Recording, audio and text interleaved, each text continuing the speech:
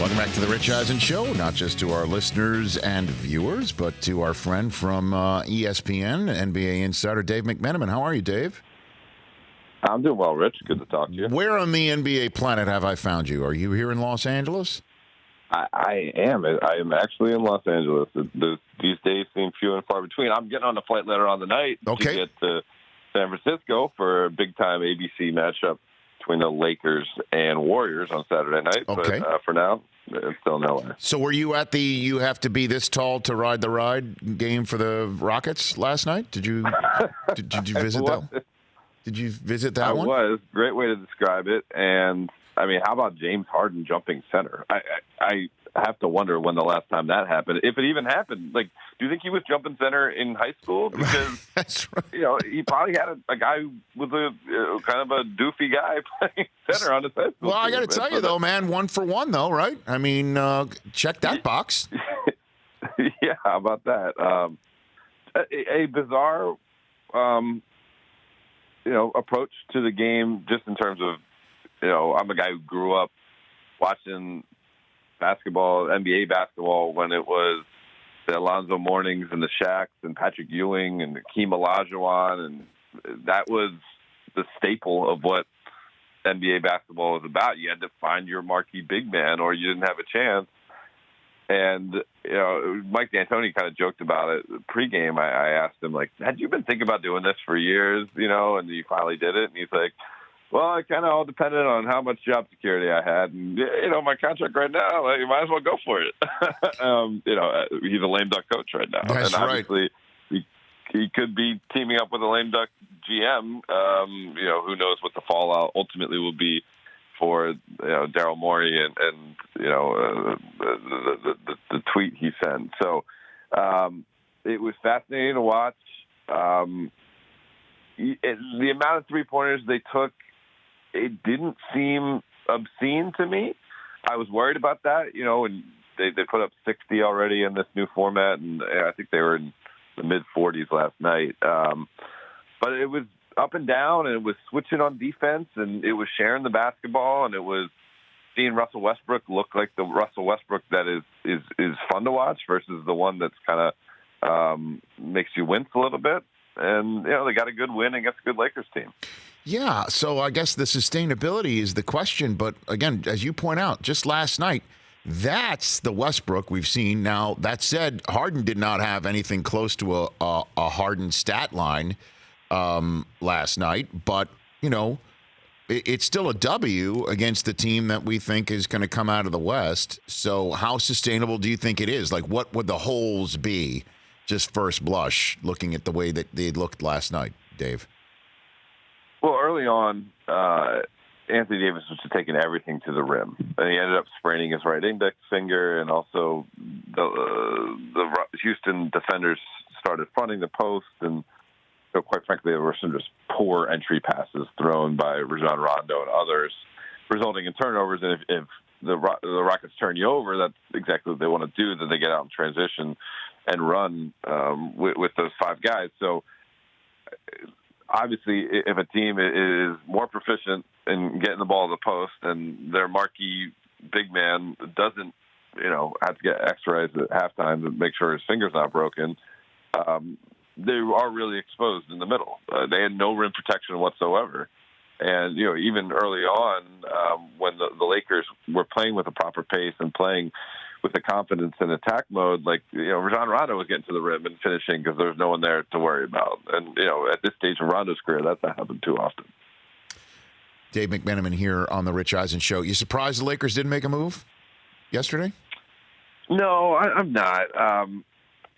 There is one sense that if you have LeBron James on your team, the standard operating procedure has been you have to do whatever you can to maximize your team's talent to have a chance to win it all. But the deals that they looked into just described to me that anytime we had a chance to patch up one hole, we would spring another leak because it was all talking about sending out multiple pieces to receive one. And listen, from LeBron James to Frank Vogel to other members of this locker room, they said that we kind of have enough.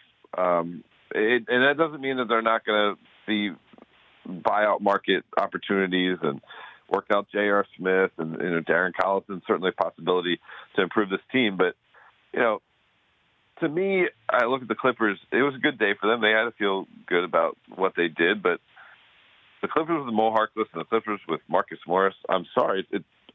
I think it's relatively the same team. I don't think whatever move they made is going to put them over the top. Either they were better than the Lakers already or they weren't. Milwaukee Bucks did, Pat, too, because, listen, you have a pretty good team. You have good chemistry. We don't have to do something extreme just for the sake of doing something on the trade deadline. Dave McMenamin here on the Rich Eisen Show, day after the trade deadline, and as you mentioned, you're heading up to San Francisco for a Lakers-Warriors matchup that it wound up on the Saturday night ESPN on ABC schedule. Obviously, prior to the season, we didn't expect the Warriors to be in the position that they're in, 12-40. With D'Angelo Russell sent away and when Andrew Wiggins coming back. Walk me through that deal and how it works for both sides, that you'll hear from the Warriors when you get there. Yeah, I mean, there was one kind of sentiment that D'Angelo Russell would finish out the season with the Warriors because they wanted to see what he would look like alongside Steph Curry. And just that the possibility, if it looked great, then you'd run it back next year. But obviously, they found a deal that was amenable to them because Minnesota has been doing anything they can. Obviously, they wanted to get Russell Westbrook. They wanted to get D'Angelo Russell last summer before he ended up being traded to the Warriors because of his great friendship with Karl Anthony Towns, and they figured that's going to be their small big combo to last them for years. But they traded for Russell to begin with just so they didn't completely lose Kevin Durant for nothing.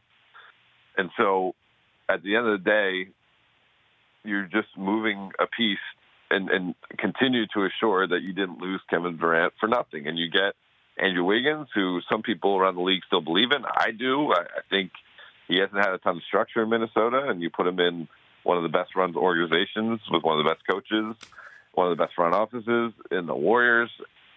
You can kind of limit his menu, and he can do certain things really well for you, and you get a first-round draft pick out of it. I think it's a really smart move by the Warriors. Not that I don't believe in D'Angelo Russell, but sometimes you have to give up something to get something. And overall, I'm really excited to see what the Warriors look like next year with a healthy Klay, healthy Steph, Draymond in there, Wiggins in there, and whatever their draft pick ends up being for this tanked season. Yeah, I mean, you could make a case, Dave, that the trade deadline didn't appreciably improve anybody's chances to win the NBA championship this June, but it certainly improved the Warriors' chances to win it 2 Junes from now. Wouldn't you say? Like that might be the one trade that does affect a championship moment that anybody made yesterday. If you had to lay odds on that trade can bring a championship to somebody, right? Would you say? Unless I'm off. Yeah, I'm with you. I think the only other team you would say for this next 4 or 5 months, any team that put themselves into the conversation would be what Miami did. The Heat. And they added Andre Iguodala, who's a former Finals MVP, who has all the playoff experience in the world, a switchable defender, a smart leader, who still showed like he had something left in the tank last year through the Warriors postseason run. You add another strong wing defender in a Jay Crowder, and you already had a very strong season going for you with some young shooters like Tyler Hero and Kendrick Nunn and Duncan Robinson making their threes, and Jimmy Butler being the leader, and Bam Adebayo being perhaps the most improved player in the league. Miami, I'd say, was the one team that kind of went from a classification of they'll probably win a round or two in the playoffs to it wouldn't shock me if they were the Eastern Conference representative of the NBA Finals. Really? I mean, over the Bucks too, huh? I mean, it just seems to me that Milwaukee's just so head and shoulders above, and we'll see who gives them the best shot in an Eastern Conference final. But then again, I'm not the insider that you are, Dave. I mean, we could. I love Milwaukee. They are so strong defensively, and Giannis will most likely be back-to-back MVP. But right, yeah, a lot of this league just comes down to like the best talent, best collection of talent, right? And Milwaukee has a great system, but when you break things down in a 7-game series, do you want to rely on Eric Bledsoe or Chris Middleton? I think Miami might be able to say that they have the overall collection of talent to match what Milwaukee has. So are you saying that it's entirely possible that the team that was standing between LeBron and a championship in Los Angeles is the team that he created a super team for years ago? That would be quite a storyline, wouldn't it? Wouldn't it be? Yeah, I had some conversations about that yesterday, and maybe this is me thirsting for the story, but I mean, couldn't you see it?